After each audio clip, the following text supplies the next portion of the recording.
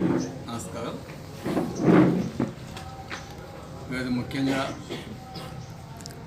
ఈ సమావేశాన్ని ఏర్పాటు చేయడానికి ముఖ్య కారణం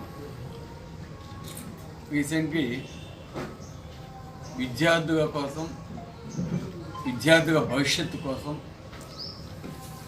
5వ తారీఖు ఫీజు రింబర్స్మెంట్ మీద ధర్నా కార్యక్రమాన్ని నెల్లూరు జిల్లాలో నిర్వహించడానికి పిలుపునివ్వడం జరిగింది. అదేవిధంగా పోస్టర్స్ రిలీజ్ చేయడం జరిగింది.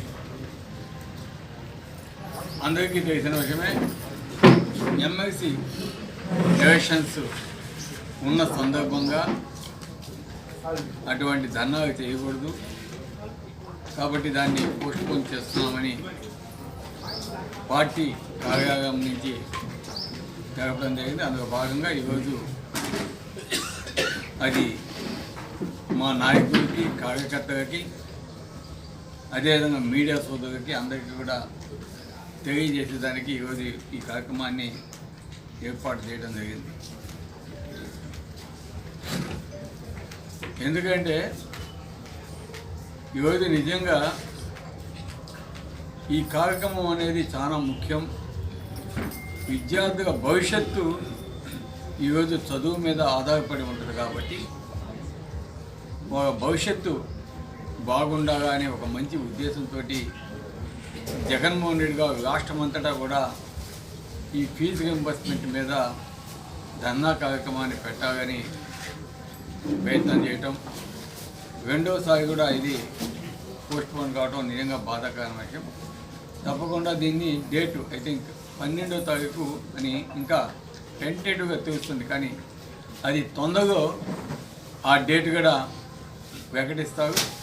ప్రకటించిన తర్వాత ఆ డేట్లో ఏదైతే జగన్మోహన్ రెడ్డి గారు నిర్ణయం తీసుకుంటారో మా పార్టీ అధ్యక్షుడు, మాజీ ముఖ్యమంత్రి గారు, దానికి అనుగుణంగా ఆ రోజు మన జిల్లాలో పెద్ద ఎత్తున ఈ కార్యక్రమం పార్టీ నాయకులు, కార్యకర్తలు, విద్యార్థులు, వాళ్ళ తల్లిదండ్రులు అందరి సమక్షంలో ఈ కార్యక్రమం జరగద్దని కూడా తెలియజేస్తాను.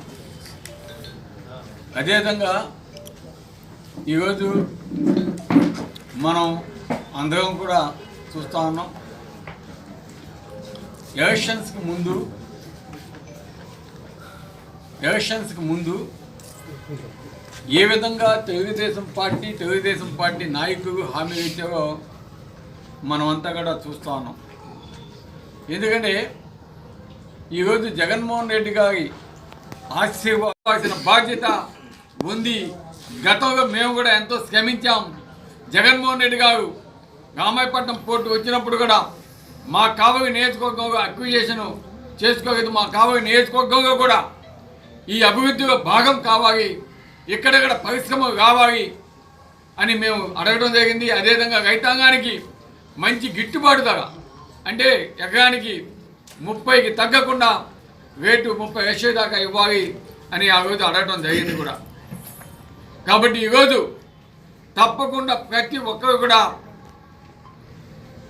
మన రైతాంగానికి మంచి జరిగే విధంగా చర్యలు తీసుకోవాలని గౌరవ ఎమ్మెల్యేకి తెలియజేస్తున్నాం, ముఖ్యమంత్రి గారు కూడా తెలియజేస్తున్నాం.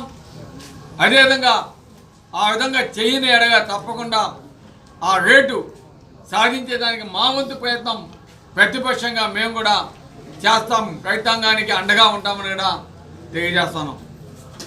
ఎందుకంటే ఈరోజు రాష్ట్రంలో చంద్రబాబు నాయుడు గారు ఏవైతే సూపర్ 6 అని హామీ ఇచ్చారో వాటిలో ఒక్క పెన్షన్ తప్ప మిగతావి ఏవి కూడా నేను చెయ్యలేనని ఎలక్షన్స్ ముందు హామీ ఇచ్చి ఈరోజు చెయ్యలేనని చెప్పటం సిగ్గుచేటని కూడా తెలియజేస్తా ఉన్నాం.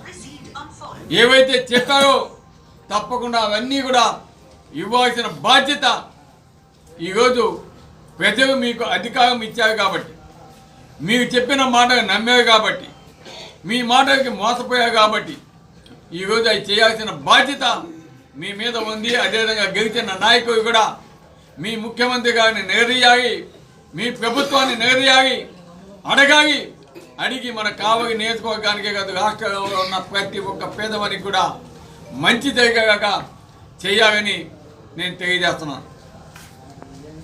అదేవిధంగా కావలికి ముఖ్యమైన ఏవేవి ప్రాజెక్ట్స్ గతంలో మేము తీసుకొచ్చామో అవి కంటిన్యూ చేయాల్సిన బాధ్యత ఈనాడు ఎమ్మెల్యే గారి మీద ఉంది. వాటి ముఖ్యంగా రైతాంగానికి సంబంధించి మరీ మేము ఎందుకు పదే చెబుతున్నామంటే అవి ఎక్కడ విస్మరిస్తే మన కావలి రైతాంగం నష్టపోద్ది, మన కావలి నియోజకవర్గ ప్రజలు నష్టపోతారు. ఆ విధంగా నష్టపోకూడదు. మన కావలి నియోజకవర్గ ప్రజలకి మంచి జరగాలి అనే పదే మేము గుర్తు చేస్తున్నాం. తప్పకుండా వాటన్నింటి కూడా నెరవేర్చాలని అడుగుతాను. ముఖ్యంగా ఈరోజు జగన్మోహన్ రెడ్డి గారు అధికారం వచ్చిన తర్వాత పెద్ద ప్రాజెక్ట్స్గా మనం చెప్పుకోదగ్గవి అటు రామాయపట్నం పోర్టు, ఇటు ఫిషింగ్ హార్బర్, అదేవిధంగా కొన్ని రోడ్లు వేయడం జరిగింది. ముఖ్యతోటి రామాయపట్నం పోర్టు, అదేవిధంగా ఒక 300 కోట్లతోటి మన జువోదిని ఫిషింగ్ హార్బర్ వెండి కూడా కంప్లీట్. జువోదిని ఫిషింగ్ హార్బర్ అయితే కంప్లీట్ అయింది. అదేవిధంగా రామాయపట్నం పోర్టులో ఒక బెర్త్ కూడా కంప్లీట్ చేయగలిగాం 1.5 year. ఈరోజు ఆ ప్రాంతంలో అనేక ఇండస్ట్రియల్ హబ్స్ ఆనాడు జగన్మోహన్ రెడ్డి ముఖ్యమంత్రిగా ఉండగానే వస్తున్నాయని చెప్పడం జరిగింది. ఈ లోపల మనకి ఎలక్షన్స్ రావటం ఇవన్నీ కూడా మనం చూస్తూ ఉన్నాం. అదేవిధంగా తీర ప్రాంతంలో అనేక మంది రైతాంగం కావచ్చు, పేద రైతులు కావచ్చు, మత్స్యకారులు కావచ్చు, వారికున్న భూములు ఈరోజు అక్విజేషన్ కాబడుతున్నాయి. కాబట్టి వారికి ఆనాడు వైఎస్ఆర్ కాంగ్రెస్ పార్టీ మినిమం 30 లక్షల రూపాయలు ఇవాళ ఇంకా మంచి ప్రదేశాల్లో 40 నుంచి 50 లక్షల దాకా ఇవ్వాలని మేము అడగటం జరిగింది. జగన్మోహన్ రెడ్డి గారికి చెప్పడం జరిగింది. కానీ ఈరోజు తెలుగుదేశం పార్టీ ఏ విధంగా చేస్తుందంటే గ్రామ సభలు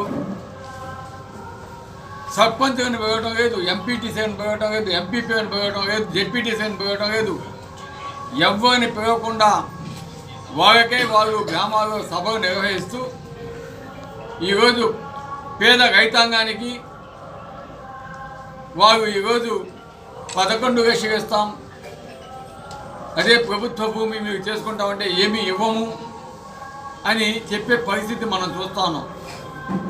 అదే ఎలక్షన్స్కి ముందు ఎవరైతే ఇక్కడ శాసనసభ్యులుగా గెలిచారో వాళ్ళు ఆ గ్రామాలకు పోయి అక్కడ ఉన్న ప్రజల్ని మభ్యపెట్టి మీకు 40 నుంచి 50 లక్షలు మేము ఇప్పిస్తాము, నాది బాధ్యత అని చెప్పిన పరిస్థితి మనం అంతా కూడా చూసాం. కానీ ఈరోజు ఏ విధంగా రైతుల కాడ చీప్గా ల్యాండ్స్ కొట్టాలా, ఏ విధంగా తీసుకోవాలా అని ఈరోజు తెలుగుదేశం ప్రభుత్వం అటు తెలుగుదేశం నాయకులు ఏ విధంగా ఉన్నారో మనం చూస్తా ఉన్నాం. ఈరోజు వాళ్ళకి రైతాంగానికి మంచి రేటు ఇప్పించాల్సిన బాధ్యత నాయకుల మీద ఉంది.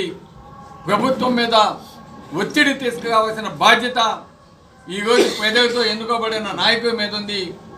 అదేవిధంగా ప్రతిపక్షంగా ఈరోజు మేము కూడా మా రైతాంగానికి, మా పేద రైతాంగానికి, మా మత్స్యకార రైతులకి అందరికీ కూడా అండగా ఉండేదానికి మేమంతు ప్రయత్నం కూడా మేము తప్పకుండా వాళ్ళకి మంచి రేటు వచ్చే విధంగా ప్రయత్నాలు చేస్తాము అని ఈరోజు మీ అందరికీ కూడా తెలియజేస్తున్నాం.